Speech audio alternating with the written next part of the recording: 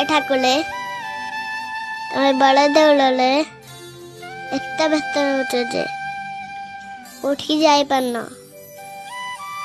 ସାରା ଜଗତ କଥା ଚିନ୍ତା କଲି ରାତିରେ ବି ଶୋଉନ। ଟିକେ ଅଇନାଳେ ମୁହଁ ଦେଖନି, କଳ କାଠ ପଡ଼ିଗଲାଣି। ଟିକେ ବି ଯତ୍ନ ନେଉନ। ଏଠାକୁଲେ ଗୋଟେ କାମ କରୁନ, ଲୁଚିକି ଦିନେ ଆମ ଘରକୁ ପଳେଇ ଆସ, ଟିକେ ରେଷ୍ଟ ନେବ। ଆମ ଘରେ ସିନା ଷାଠିଏ ବୋଉଟା ନାହିଁ, ହେଲେ ଟଙ୍କା ଟଣେ ଆଣି ଅଛି। ଆମ ଘରେ ସିନା ଅଭଡ଼ା ନାହିଁ, ହେଲେ ଗୁଦବଦା ଅଛି।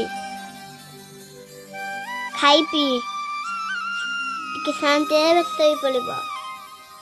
ଆଉ ମୁଁ ତୁମକୁ ଟିକେ ମୋଡ଼ିଦେବି।